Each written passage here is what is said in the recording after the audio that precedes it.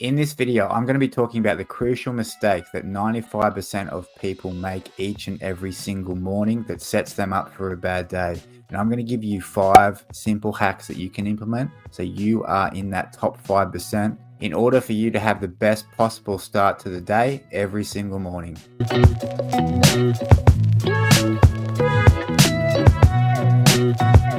Hello everyone, welcome back to Renewable Mind. My name is Damien, and here on this channel I like to give practical and simple tips on how people can improve not only their mindfulness, improve their mindset, but also become emotionally more aware and be able to grow personally in the right direction. In today's video, I'm going to be talking about why you shouldn't be touching your phone as soon as you wake and why that is a bad idea from a neurological perspective and how it sets you up in a bad starting position at the very start of your day. This is something that 95% of people do. Obviously, most people are using their smartphones as alarm clocks these days. And obviously, once you're hitting that snooze button or once you are dismissing that alarm, you are pretty much having that phone in your hands right there and then. First, people's instincts now has sadly became to be checking notifications to see what notifications they received during the night, checking social media accounts. Not only is this draining you of crucial time in the morning, but it also is setting you up neurologically in a bad position for the very start of the day. We're going to talk about this in a little bit more depth. So, using your phone just upon waking, it elevates your dopamine baseline. So this is going to lead to poor impulse control and addictive behaviors. I'm going to talk about this in a few minutes. It also promotes constant distraction. So through these dopamine pathways that these social media platforms and these smartphone apps use, they know exactly what they're doing in order to keep you hooked and to keep you searching, scrolling on these platforms that is only really getting you in the wrong place when you are starting your day. It's also leading to increased cortisol release. So heightened and alertness you are getting straight away as soon as you open your eyes, which is actually very, very unnatural. So when the body wakes in the morning, it's typically in a reactive stage and you are not in a good position to then be taking in so much information, taking in so much stimulation as soon as you open your eyes. It's completely unnatural and definitely negatively impacts the rest of your morning and then sets you up for the rest of the day. So it's going to be overall creating a feeling of being just unprepared. If you're scrolling on social media, as I said, getting these dopamine waves, getting this heightened dopamine levels, increasing your level of cortisol that's released, increasing your overall alertness, it's basically going to create feelings of anxiety and it's going to make you feel like you're unprepared to take on the rest of your daily activities because let's be honest, most of us aren't already sleeping enough as it is. We're not getting quality sleep. We're also adding in strict timelines in the morning. You know, people have to prepare kids for schooling. They have to pack lunches for themselves, for their families. They also have to, be getting changed, getting showered. You are on a strict timeline as it is. And any minutes that you spend on your phone as well, wasting those minutes is a completely bad idea. So we'll talk about this a little bit more. So the science behind this is neurologically, as you transition from sleep to wake, your brain transitions through different brainwave states. So from delta waves, which is your deep sleep waves, to theta waves are your lighter sleep. And basically, this is where you are becoming neurologically more aware. Finally, the alpha waves hit, which is basically when you have those feelings of wakefulness. And this is naturally when your body is going to start to wake up. So when you first wake, your brain is actually still dominated by these theta waves, which are associated with relaxation, daydreaming, and gentle stimulating creativity. So when you're reaching for your phone straight away, it's going to be disrupting this natural progression of these brain waves that you normally would have when you're waking. So we're going to be overloaded with stimulating content first thing. It's going to thrust your brain into beta waves, which is associated with focus and attention, which is maybe that sounds like a great idea in theory, but it's actually very unnatural. And these beta waves are great for tackling tasks later in the day. If we are experiencing them too early, it's going to leave you feeling scattered and stressed. And it's actually going to prime your brain for distraction throughout the day.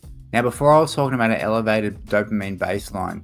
So what I meant by that is using your phone in the morning, it's going to elevate your baseline of dopamine that you should be getting throughout the day. Now, your dopamine baseline is the level of dopamine your brain expects to receive in order to feel pleasure or satisfaction. So, what this means is when you are taking your phone first thing in the morning, when you should be in a more calm, relaxed state, your brain is actually more likely to keep chasing the dopamine spikes from social media that you started at the very start of the day. So we can see how having these unnatural levels of dopamine first thing in the morning, it's going to keep our brain basically in catch-up mode, and it's going to want to keep reverting back to that throughout the day, when we should actually be having more dopamine for the natural everyday tasks of work or even doing things with your family. So you may be wanting to know, okay, I understand why it is bad to be grabbing my phone, but what can I do instead? Well, we do have 5 hacks to avoid your phone in the morning.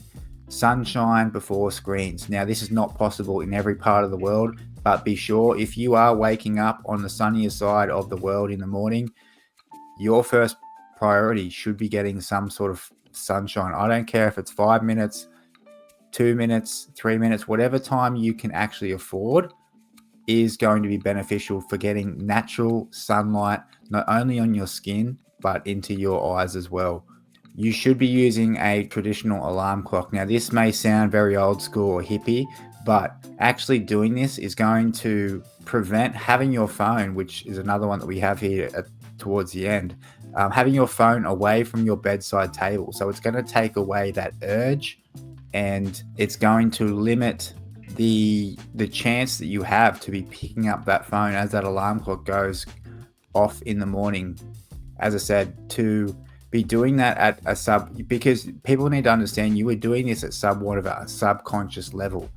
You have taught yourself to be opening up your phone, checking these apps, checking these notifications over a short period of time. This has only been around in humans' existence for maybe 10-ish years, and you've already trained yourself to be searching for that first thing in the morning. Gradual adjustment can be key here. This is very addictive behavior. Now, most people are going to think that, oh, I need to check my phone for reason X or reason Y, or this is why I check my phone, and think that maybe this does not apply to them. I can certainly assure you, no one needs to check their phone within the first 30 minutes to 1 hour of waking every single morning. If you have an excuse to be checking your phone, be sure that that is purely a justification for addictive behavior. People need to understand the seriousness of phone addiction and how it works. So gradual adjustment can be key for people when you are first starting out. Ideally, you do want to be staying away from your phone for at least an hour first thing in the morning. We can talk about some morning routines you can do instead, but you may need to work your way up to this. As I said, you need to understand the powerful desire that people have, and you won't have. I have experienced it myself. This is something that I've just started doing with myself. Instead of waking up now and grabbing my phone for the first hour, I'm working my way up to an hour. For the first half hour, I read a book, I drink water, I get naturally adjusted, I stretch a little bit, and this makes all the world of difference. So if you need to start off at 20 minutes, 15 minutes when you first start out, you can gradually increase this time as long as you're aware of it. And any time that you are spending away from your phone first thing in the morning, even if it is 15, 20 minutes to get started with, is going to be beneficial. And as I said, using a traditional alarm clock, if you need to keep your phone away from your bedside table. Grabbing that phone as your alarm clock goes off in the morning is setting you up, as I said, instinctual reaction now to open your phone and check notifications. So building a strong morning routine. Now, this doesn't have to be anything too extreme. When people think of building a morning routine, they think they have to be out bathing sunlight on their butt cheeks, doing a 30-minute hot yoga session, drinking nothing but blended grass with green goo. This is not true at all, guys. You can start this off very, very simply. You can, minimum, I would be having 500 milliliters of water. So 500 ml of water as soon as you are waking. And then you can do simple things like reading. If you do not have a book in your house that you were interested in the moment, that is the very first thing you should be going out and doing today. If you should be at least have one piece of physical reading material that you are interested in currently, whether it could be fictional, it could be non-fictional, does not matter. Having a book that you could read in the morning is one of the best things that you can do to start your day off in a way, especially if it contains personal affirmations or just positivity in general. Another thing you can do is actually journal or do diary entries first thing in the morning as well. Also, spend that little bit extra time. Instead of scrolling on the phone for 10 minutes, you can be doing things like making yourself maybe a nice breakfast or enjoying breakfast with your family instead of rushing out the door straight away.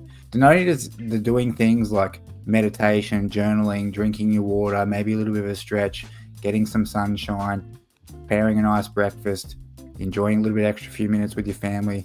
It's not only diverting your attention, but it's also going to enhance your mood and productivity for the rest of the day. This is all about setting up the rest of your day for the best chance possible. So there we have it, everyone. I would be very interested to know if you currently have a morning routine, if you are currently like me, building your way up to that 1 hour away from the phone in the morning. If you've got any tips and tricks, I'd be happy to hear them. I'm sure there'll be other people in the comments who'd love to share them as well and to see what other people are doing. Help each other out here, guys. That's what we're all here for. I appreciate you all watching. If you enjoyed this video, if you did get some benefit from this video, please do me a favor as a small startup YouTube. Hit that subscribe button, hit the like button, hit that notification bell. I have 3 new videos coming out all about mindfulness, wellness, physical health, setting goals, just improving as an individual and personal growth related content each and every single week. I appreciate you all watching, and I'll see you again here next time at Renewable Mind.